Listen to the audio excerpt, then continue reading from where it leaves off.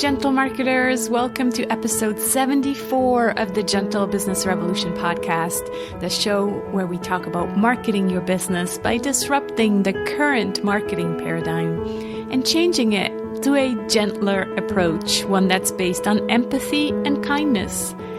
I'm Sarah Sinacroce, I'm the host here, and you know that you're in the right place if you are a heart-centered entrepreneur or change maker who is looking for a better way to market your business. Or you might be a marketing impact pioneer, so someone who's working in an organization, maybe in the marketing department, and you see how your business does marketing and you just know that there might be another way as well. So this episode today, this is the first episode of a special week here on the Gentle Business Revolution podcast, a week where we celebrate kindness. Because it's actually also the official worldwide Random Acts of Kindness week.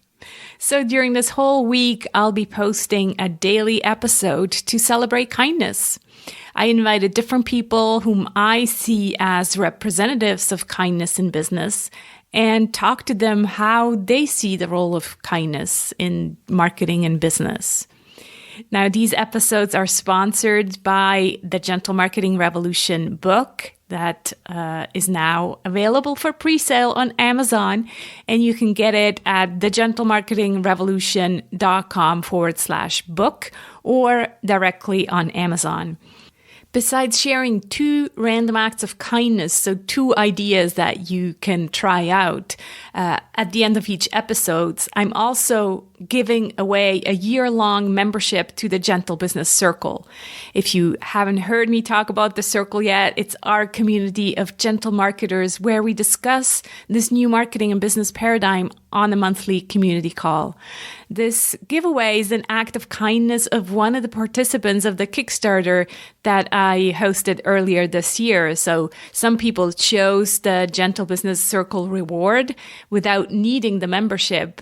So they were friends and family. And when I asked them, they happily offered to have me use their membership as a giveaway this week. So they paid for it, and you can now get it or win it during this special week. So make sure you listen till the end of this episode to find out how to apply for a free membership. So my first guest today is my friend and mentor and coach, Jenny Blake. Jenny played a big role in the creation of the Gentle Marketing book. She helped me with the organizational structure, shared her stories with me while I was researching, and I then also featured some of those stories in the book. And then even wrote an amazing foreword together with Penny Pierce. So the foreword has its own story, and we'll touch upon that during our conversation. But yeah, she's just kind of like one of those people that I think of when I think of gentle marketing.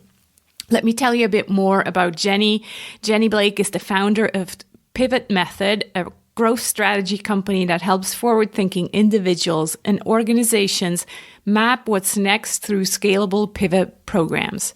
Her motto, if change is the only constant, let's get better at it. Jenny is an international keynote speaker and the author of Pivot, The Only Move That Matters Is Your Next One, which won the Axiom Best Business Books Award in the careers category. After 5 years at Google in coaching, training, and career development, Jenny pivoted to running her own business in New York City in 2011.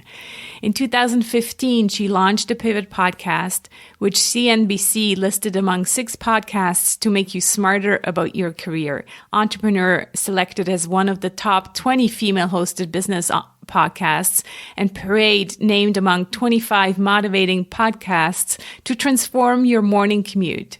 Today, you can find Jenny at pivotmethod.com. And again, her podcast is called Pivot Podcast. So without further ado, let's talk to Jenny. Hi, Jenny. So good to speak to you again. Hi, Sarah. I am so happy to be here, and I'm celebrating you and this beautiful book. Congratulations. I'm so happy for you. Thank you so much. And you know that you play the big role in it. And so I'm so delighted to have you on during this special week. As I mentioned to you before we hit record, I'm celebrating the book Typical Introvert Style by putting the spotlight on, something else. I'm just kind of like, I'm here. I'm the sponsor, but I want to really focus on kindness in business. And so I love that. Yeah. I love that. It's so the message of the book of weaving it with a broader purpose. And it's not just about you and your book. It's the message that you care so much about gentle business and kindness. And I think the tie-in is perfect. I love it. Yeah. And you and I are both in the group of Tosha Silver, which is kind of a, how would you call it, astrology/spiritual group. And she keeps coming back to me with her idea when she says, she's written a book that's called It's Not Your Money. But then people write in and they talk about their business or they talk about their book. And she keeps repeating this thing. It's like, it's not your book or it's not your money. And that's exactly how I think of the book. And sometimes it's hard not to mention that I wrote the book, but I really don't feel like, oh, this is my book. It's just a book that I happen to have written, but now it's out there and it's not my book. I will say, happen to have written, you had the vision, you worked so diligently. I won't even say hard, because we know that gentle business means you're working in a really aligned and attuned way. It's been so beautiful to see you be a shepherd for this book and this message. And that is what I think Tosha Silver is saying. She's like, of course you're going to meet the universe halfway, as you did, Sarah. Right. And the obsession over the outcome or the attachment to the results, that's where we get to surrender. And in fact, I think when we tell ourselves, it's not my book, it's not to abdicate and say, oh yeah, I hardly lifted a finger. It's like you showed up every single day to make this thing real. And that is such a service to the rest of us.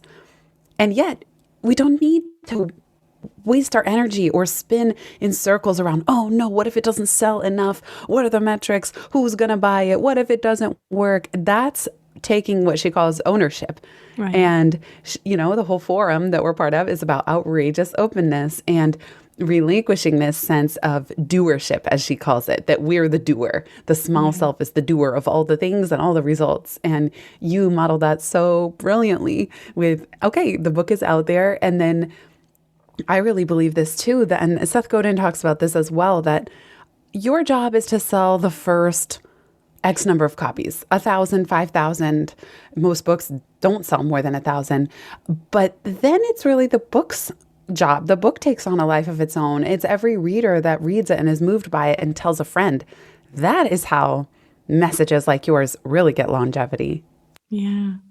Yeah, it's beautiful to think that way, because I just sent out a video on Kickstarter and people keep mentioning, oh, you're in the middle of a book launch. Oh, you must be so busy. And I'm like, I'm actually okay.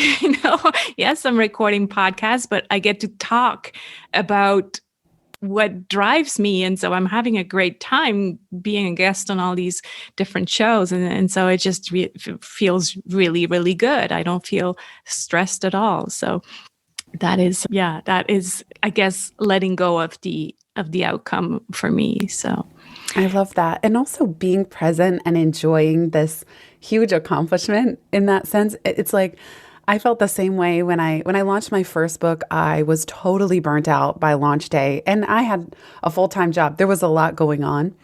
But with my second book, I was determined, as you're doing, to relax, to enjoy it. I think it's kind of crazy when we look at if an author is just so burnt out and spent, and it's understandable because, we all care so much about these big passion and legacy projects, but it's also kind of silly. It's like you've worked so hard to get to this point.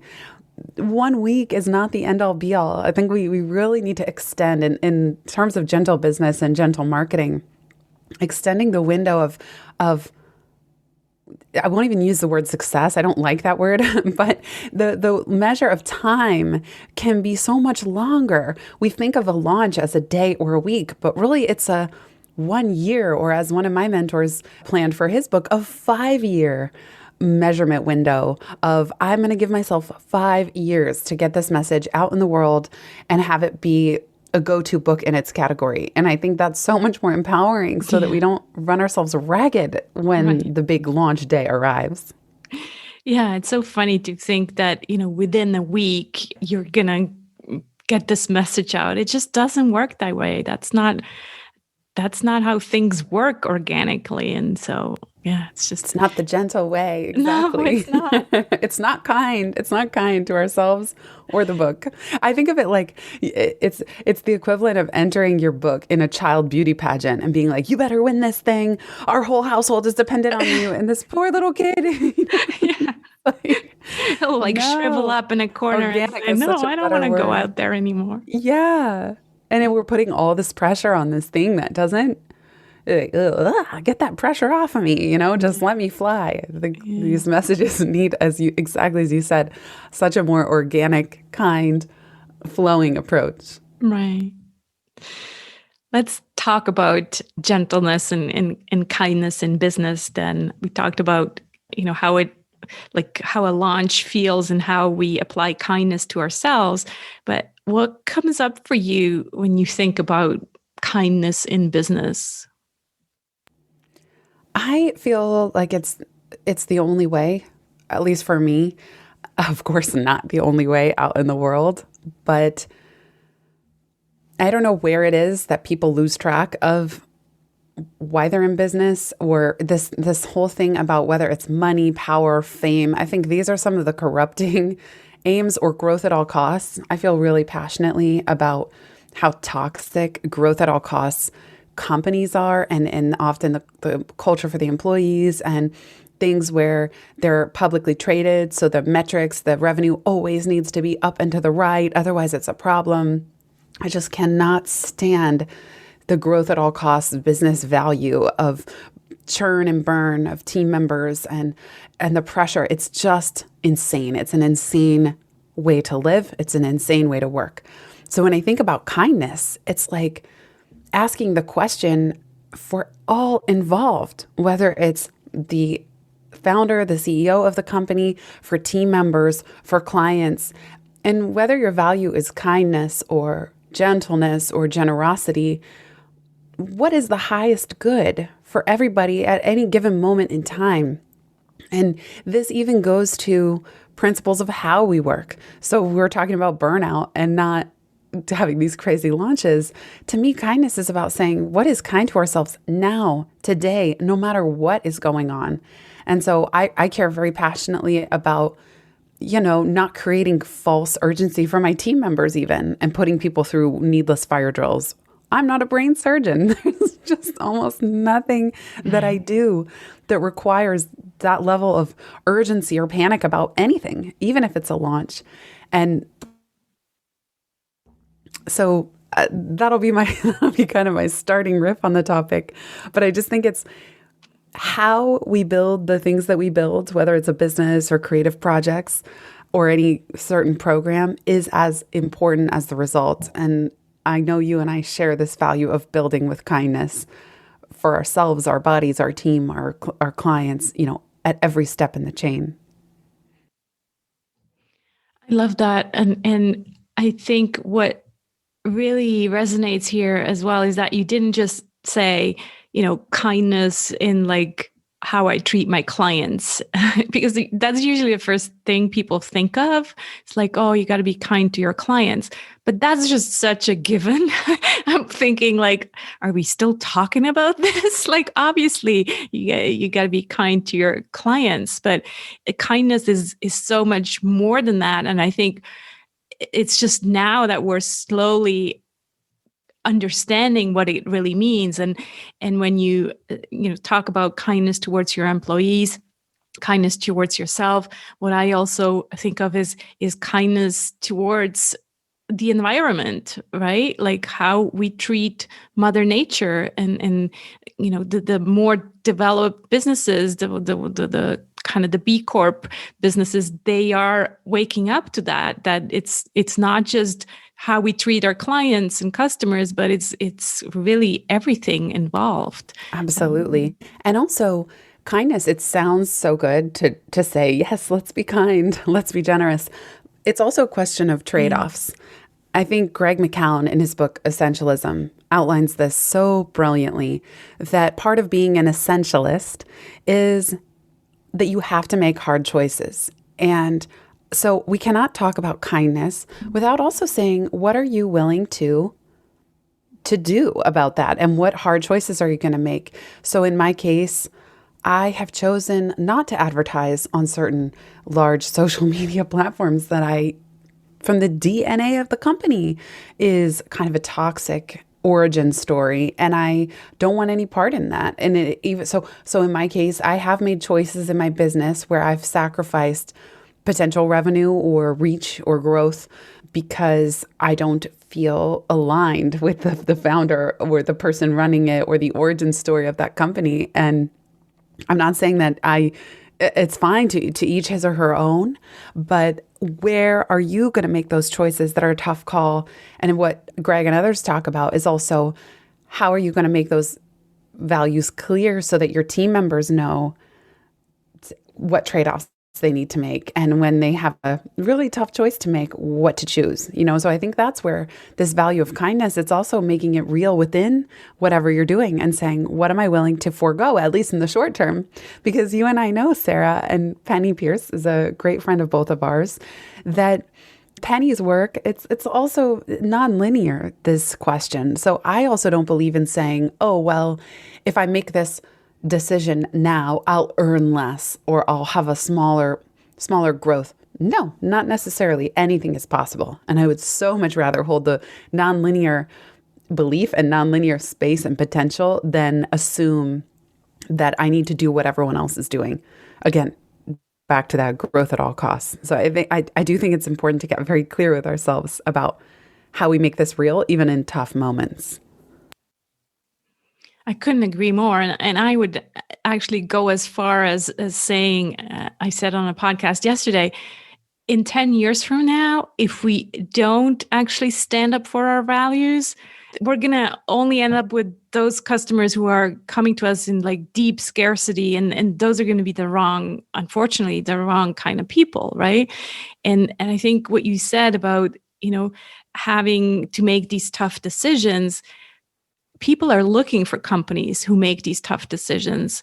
Not to get into politics, but what was decided, what Jack Dorsey decided for Twitter, that was a tough business decision that he had to make, right?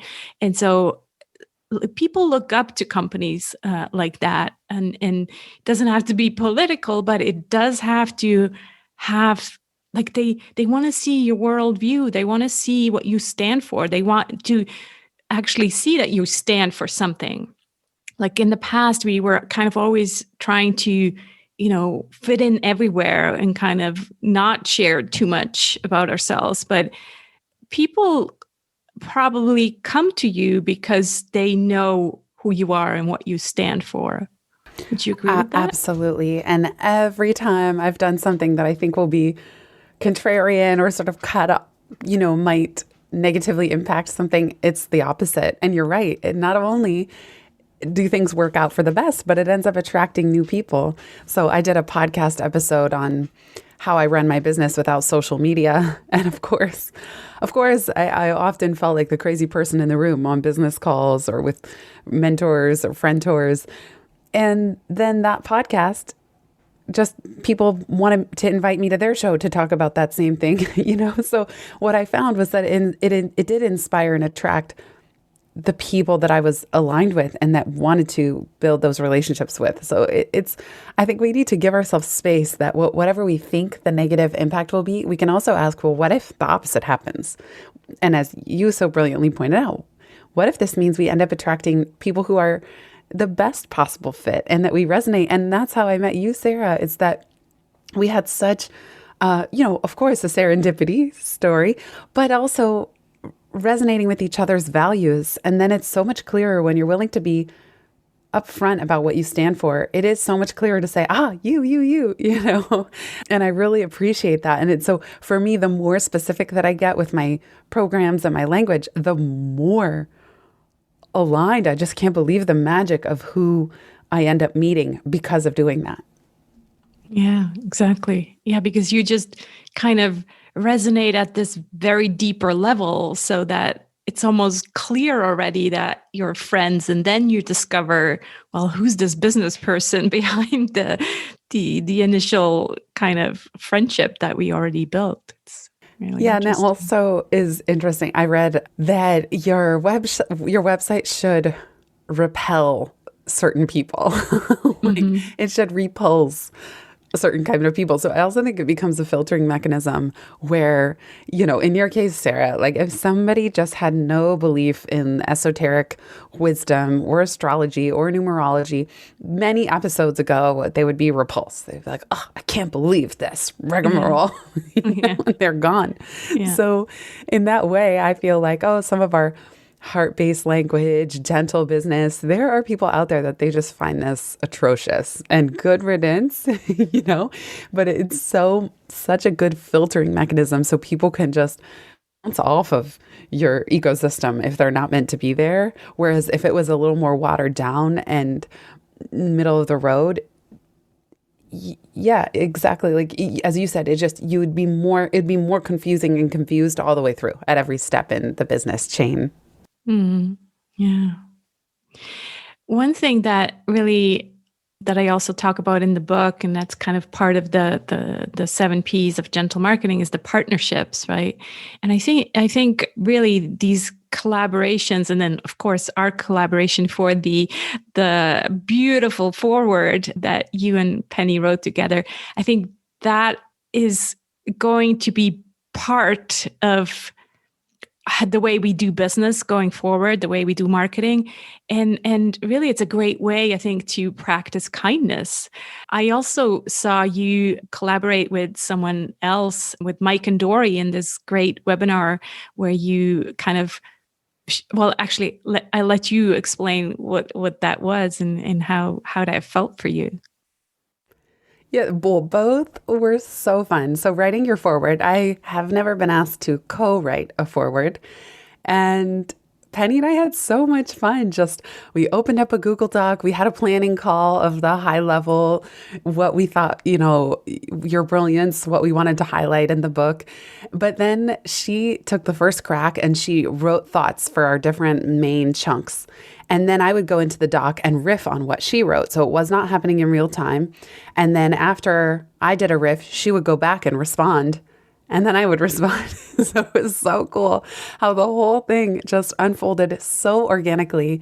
Again, it's not like we were on the phone and it wasn't this, I mean, we had one call, but we weren't trying to write while on the phone and like nail down our exact ideas. And you gave us the space as well to let a forward take a different format and to be in a conversational format, which I think is really unique.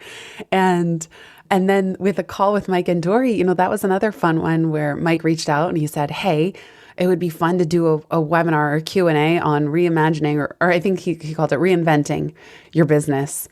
And we just all got on 10 minutes early. So there was no plan other than he is a really great facilitator because he's just so like powerful. And the session moved so quickly and there were so many great questions, and just the energy of combining our 3 different audiences, I think also brought 3 different and related groups of people together. And then also Mike, Dory, and I are also different in terms of the perspective we bring so to each question, which I do think just can make things really dynamic. And I love collaborations like that. For me personally, collaboration is not a go-to because I like moving fast by myself.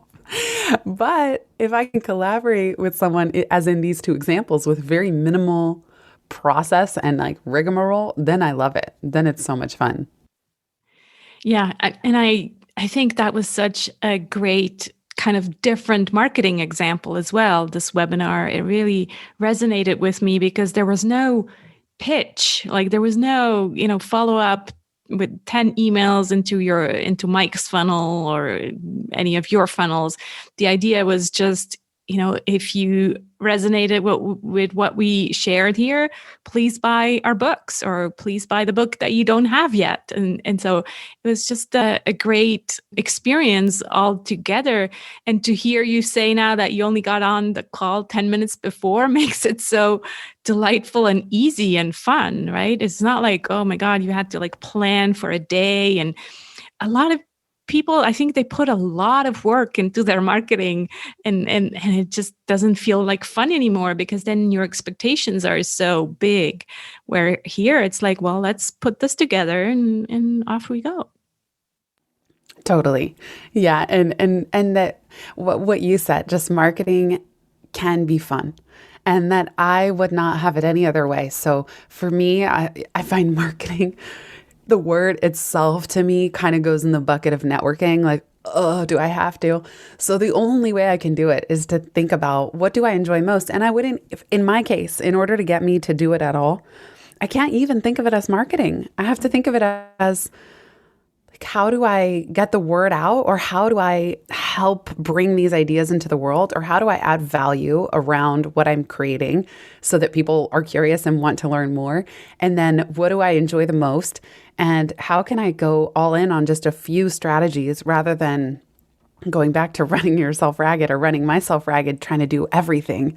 So for me, like, if I write a next book, which I'm kind of noodling on, I don't know how it's going to go trying to get a book deal because I'm not on social media. And it's the first question that all these publishers want to know is, how big is your platform? And someone will have to take more of a leap. But I'd rather not get a publisher or have fewer offers than spend 5 years doing stuff I don't care about. Just don't want to do it.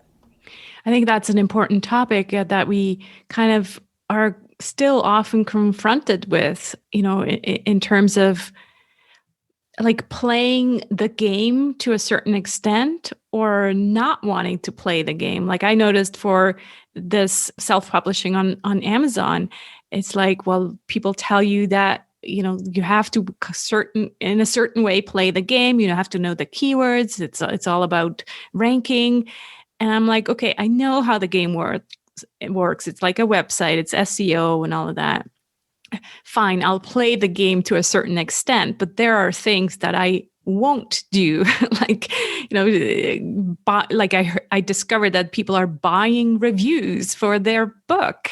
I'm like, oh my God, how could you sleep at night if you're buying reviews for your book? And so there's just, we're always confronted with this kind of game, and social media is one of those games. And I think it really takes a lot of courage and strength to say, I'm not playing that game.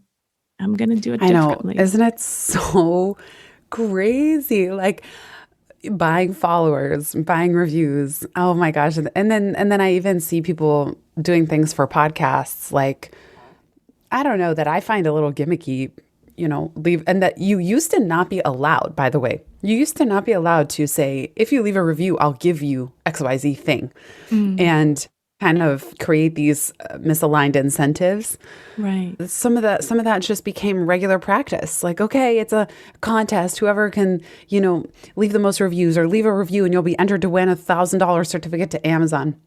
Mostly I see $100 certificates, but nonetheless, it's like, I guess if people are leaving authentic, genuine reviews, fine, have a contest.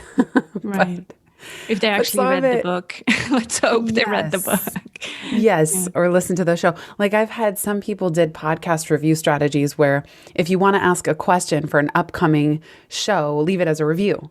Well, is that fair or not? I don't know. I tend to be grumpier, curmudgeonly, more strict about this stuff. But yeah, it's a gray zone for sure. Out there. Yes. It's a big gray zone. I think that's why it's so important that we know our values and we know, we're allowing ourselves to put boundaries and say, no, I will go this far and this still feels like integrity to me, but anything beyond that, no thanks. And then also, like you said, if it's it's not just that it doesn't feel like an integrity, but we're hating this whole social media thing. So why would we have to play this game just so we get a book deal? Yeah, totally. I don't have the answer to that. I just know, I think that in terms of marketing, there are so many other ways, and you can, get away with not having to do Facebook ads or using these kind of sketchy and manipulative strategies that we're being sold to. So there's definitely other ways. Yeah, and this is why I'm so glad that people like you are doing the work you're doing, because we all need to invent things together. Yeah. We all need to, with this lens of gentle business and kindness and integrity, we will need to get creative and say, what are our ideas? And I loved seeing how you did your Kickstarter. I think you've done really creative things. And again, if we take the pressure off of having to sell X number by this date or have X number of reviews by such and such date, well, then we can be a little more creative and free-flowing with it and just take the pressure off of some of these vanity metrics, rather than maybe the success of any book or podcast is who do you get to meet? And maybe there are priceless relationships that you form or opportunities that come your way that are much more valuable actually than what any of the numbers might say. Yeah. Yeah. And what also comes to mind is this idea of, the more gentle people are usually not the loudest. And for all these years, we've been exposed to mainly the loudest and most aggressive techniques, because those are usually the people who want to be the loudest and want to be heard and spread their message. And so all the gentle people are like, well, I guess that's what it is. That's what it takes to build a business. And so we could, me included, just kind of followed all this advice. And I think it really is time to say, well, but there's another way, and we do it differently. Yeah, absolutely. I thank you for just putting that out there repeatedly, and I love even the people you bring together and interview, and I think this is how we can learn as well, is just learn from each other, and then the transparency of sharing as well, like sharing what's working and sharing the perspectives and the examples that you've even given in your book are so powerful. Talking about sharing, I'd like to ask you, we talked about boundaries several times. And when I think of boundaries, I think of you as the boundary queen. Like you have I'm pretty good at boundaries myself, so if I dare say so, but you have like the best boundaries. So talk to us how you're being kind to yourself when it comes to business decisions. So the one I'm thinking about is how you just, get off email for like several weeks and you like put in a reply that says, I'm working on something and won't be replying. So are there any other examples that you could share with us? Well, thank you for saying that, because for so long, boundaries were my biggest struggle. So I'm kind of shocked actually. I've never heard somebody say my name and boundaries in a positive way. It's very, very interesting. Thank you, Sarah. And I certainly had my fair share of just horrible bad relationships throughout my 20s. And now I'm married to a wonderful person. But in terms of work boundaries and business, I feel so passionately about doing deep work and doing my best work and reading and exercising and shaping my brain and my body and my heart and my spirit that I just cannot stand what I call the crush of the inbound. I really am allergic to death by 1,000 cuts of email or social media or inboxes all over the place. Like now it's not just email, it's LinkedIn and text messages. And if you are on social, I can't do it. I've done it in the past. I was on Twitter in 2008. I made a ton of friends. And then it just turned into something that felt like everyone was getting up on their own soapbox and shouting out into the void. The bottom line is my boundaries come from really paying attention to what I feel I'm here to do, and then giving myself permission to drop the rest. So with email, I could sit at my desk and answer email all day, every day, and there's no there. I'd never be done. And then not only that, email is an example of a system that is increasingly impossible the more successful you get. So if your book super takes off, Sarah, you will get twice as many messages, or let's say when your book takes off, but you would get twice as many messages, or 3 or 5 or 10 times as many. And then what? Is your job to just become an email responder? No. So I've only learned this the hard way, because email was my biggest source of guilt for the last 10, if not 15 years. Guilty, constant micro guilt day after day of people and messages and things I wasn't responding to or in a timely enough manner. And I was constantly replying and saying, sorry for the delay, and then getting into my message. And now I at least stopped saying sorry for the delay. Even if I'm replying 6 months later, I'll say, wow, we last corresponded a year ago, just checking in. And I feel so like when the pandemic hit and immediately everything moved to Zoom. First of all, I find video calls utterly exhausting. Even if it's one call a day, I don't take calls every day, but one is manageable, but I still will get impatient by the end from sitting in the same place, staring at the tiny pinhole camera on the computer. So right when the pandemic hit and everything started going to all these Zoom calls, and now I wasn't just Zooming for meetings, I was Zooming with my family and my friends and for this event and this conference. And I did an episode on screen fatigue. And I said, how do I want to look back on either the pandemic or what became most of 2020? I don't want to look back and say, oh yeah, I did 1,000 Zooms. Right. I want to have created something. So I guess that's what leads to my boundaries, is just I want to have the space and quiet to reflect and read, and then have big ideas and put public original thinking out into the world, whether it's the podcast or the book. Those are my 2 primary ways, or my newsletter. And that's it. And then everything I create with my team and my systems and structures and boundaries is to facilitate those and to really put myself and my health and my family as important as anything else. So yeah, I don't check email before 11 a.m. I don't check it after 3 p.m. I don't even open the app on my phone. I'm not just saying that because I'm too prone to anxiety. So I know if I saw something, I'd think about it the rest of the night. So it's just also these mechanisms for survival, being a sensitive person. You and I did an episode on being an HSP. That's right. Yeah. And I also want to give credit again to the book Essentialism, because that's really what brought me to, better boundaries and just, making sure that I focus on what's essential. So Greg McKeown's Essentialism, we'll put it in the show notes. Eye-opening, and still up to this day, my most favorite business book that I usually recommend. So I'm glad you mentioned it before too. Yeah, I'm rereading it now, and he has a great podcast as well, What's Essential.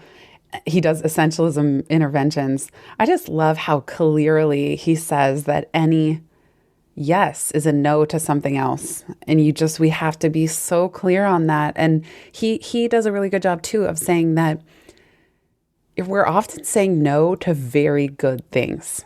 So this isn't just about saying no to things we don't like, kind of as I just described, but it's really making the tough decisions to free up time. So even within a business, it's like really cutting off, because if we spread our attention too thin, we don't do anything, or we don't get that surge of energy that goes just into one thing.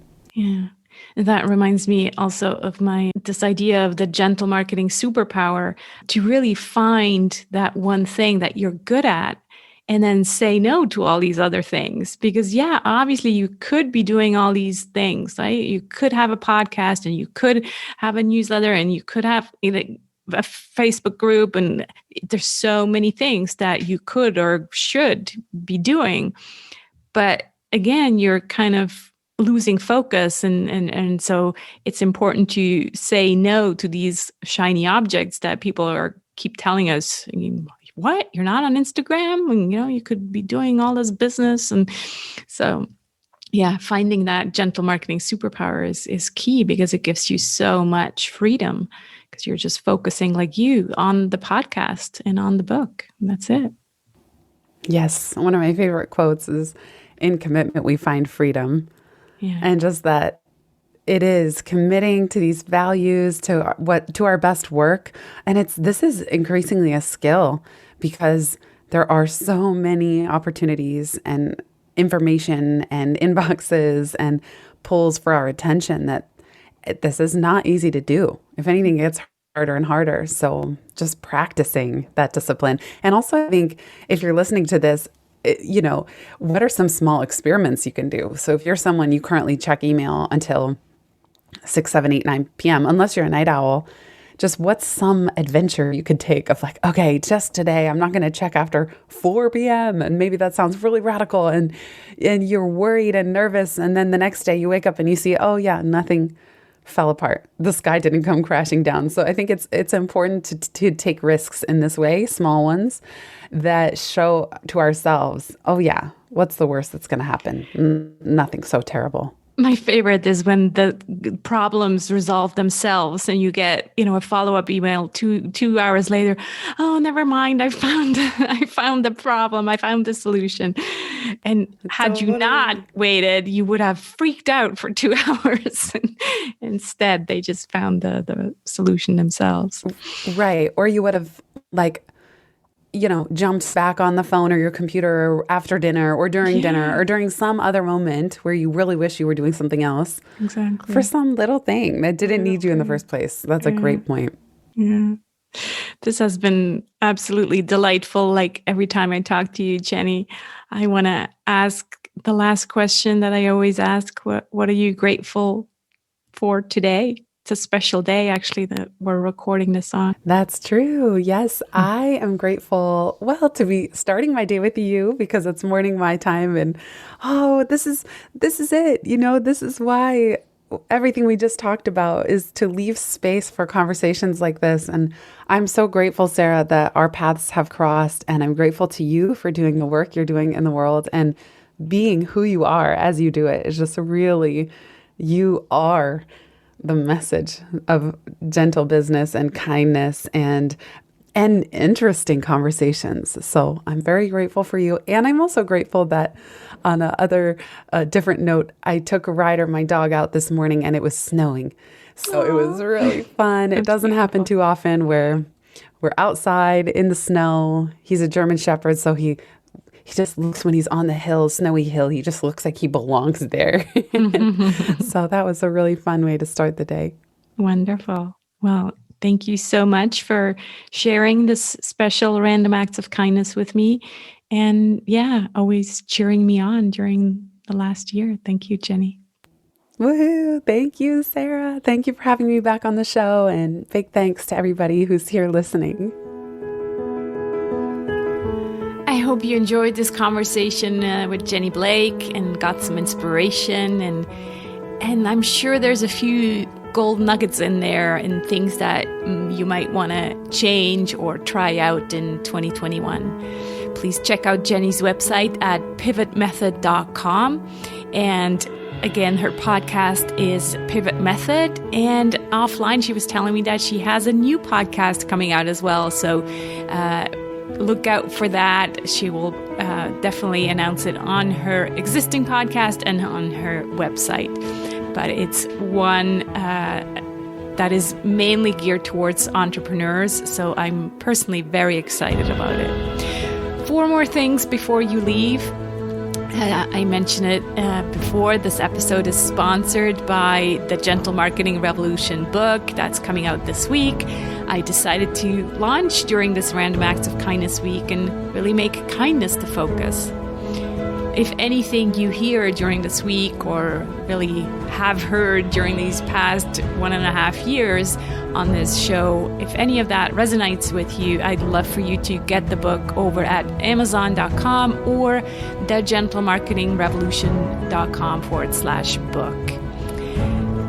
Also, I said I was going to share 2 random acts of kindness ideas. So today's ideas are: ask questions of someone you don't agree with and really listen with an open mind. And the second one is spend time with a grandparent or elderly friend today.